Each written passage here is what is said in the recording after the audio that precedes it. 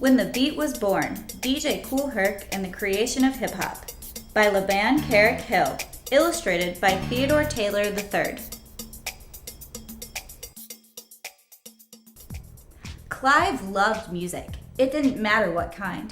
Whether it was a wah-wah scat of a jiving trumpet, a sorrowful twang of sad voice, or the belting boom of a gospel singer, little Clive loved the way sound thumped and bumped all the way down in his stomach. He loved the way the music made his feet go hip, hip, hop, hippity hop. Little Clive lived in Kingston, Jamaica. His hero was a DJ named King George who threw the biggest and baddest house parties in the neighborhood of Somerset Lane. On Saturday nights, everybody who was anybody made their way to Somerset Lane for King George's hot dance parties.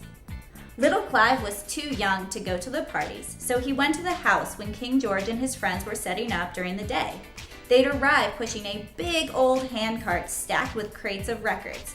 Clive had never seen so many records. He imagined himself as a DJ, surrounded by all those records, choosing just the right song to get the party jamming. He saw himself toasting like a DJ, talking and singing over the instrumental B-sides of his records. Clive dreamed of everyone's feet going hip, hip, hop, hippity hop. Little Clive really wanted to be a DJ. When little Clive was 13, he joined his mama in New York City. Clive wasn't sure he liked his new neighborhood in the Bronx. It was cold. He had to wear a silly winter hat with ear flaps, and everybody made fun of him. But Clive did find one thing besides music that made him feel like he belonged: sports. He ran track and lifted weights. He played basketball at the neighborhood playground. Soon, little Clive was no longer little. He had grown to 6 foot 5 inches tall. He called himself Cool as Clyde after his favorite basketball player, Walt Clyde Frazier. But the kids on the basketball court took one look at his size and called him Hercules. Clive cut the name short to Herc and then added cool to make it just right, Kool Herc. The best part of being big was that he could go with his mama to neighborhood house parties where he listened to the hottest tunes and danced like crazy. Clive loved these parties. They were just like the ones he stood outside of in Somerset Lane. One day, Kool Herc's father bought a monster sound system with giant 6-foot speakers. But when he hooked up the system, instead of a really big sound coming from the speakers, a little mumbling sound trickled out. Kool Herc spent days switching wires and plugging things into other things until one day the sound was big. Not just big like Kool Herc, but big like an entire block in the Bronx. Kool Herc and his little sister Cindy rented the rec room in their housing project on Sedgwick Avenue. They handwrote invitations telling everybody when and where to get their groove on. They posted cards around the neighborhood. They set up their father's sound system. On the night of the party, everybody who was anybody made their way to Sedgwick Avenue for Kool Herc's hot dance party.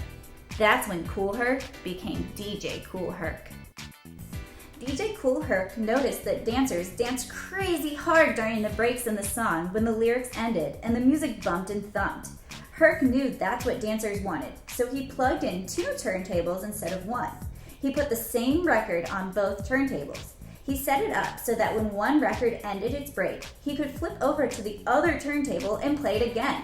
Doing this over and over, he made a 10-second break last for 10, 15, even 20 minutes or more. Herc remembered the way DJs in Jamaica would chant and toast over the music.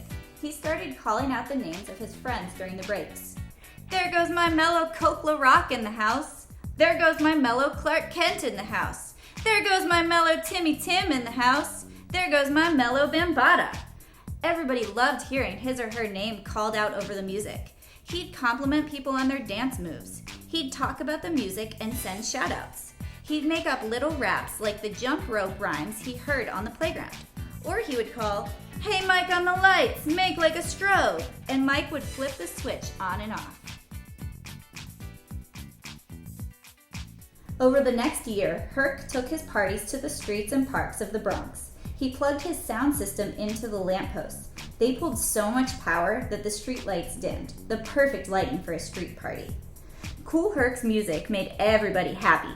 Even street gangs wanted to dance, not fight. Gangs like the Savage Skulls, the Glory Stompers, the Blue Diamonds, the Black Cats, and the Black Spades turned into breakdancing crews who performed some of the slickest moves. Herc called the coolest dancers breakdancers or b-boys because they loved to dance the breaks. When Herc would find a really good break, he'd shout, "B-boys, go down!" Then the breakdancers would cut and jump their gymnastics. Hey, check this out. The top rock, the down rock, the windmill, one-handed handstand freeze, the turtle, the suicide. Herc gathered a crew of friends to rap behind his DJing. He invited Coke LaRock, a Jamaican friend, to rap. He called him his master of ceremonies, or MC. Coke knew all about toasting like Jamaican DJs. He was the first of Herc's crew of MCs, called the Herculoids. Herc would introduce them with a rap. You rock and you don't stop. And this is the sounds of DJ Kool Herc. And the sound system you're listening to is what we call the Herculoids. Soon kids from all over New York City came to see DJ Kool Herc, who threw the biggest and baddest parties on Sedgwick Avenue. Africa Bambaataa, Grandmaster Flash, Jazzy Jeff, and dozens of others all wanted to be DJs just like Kool Herc. There's no story can't be told, there's no horse that can't be rode. A noble can't be stopped, and ain't a disco we can't rock. Herc, who's the man with a master plan from the land of Gracie Grace? Herc. Herc didn't just rock the block. He put the hip hop hippity hop into the world's heartbeat.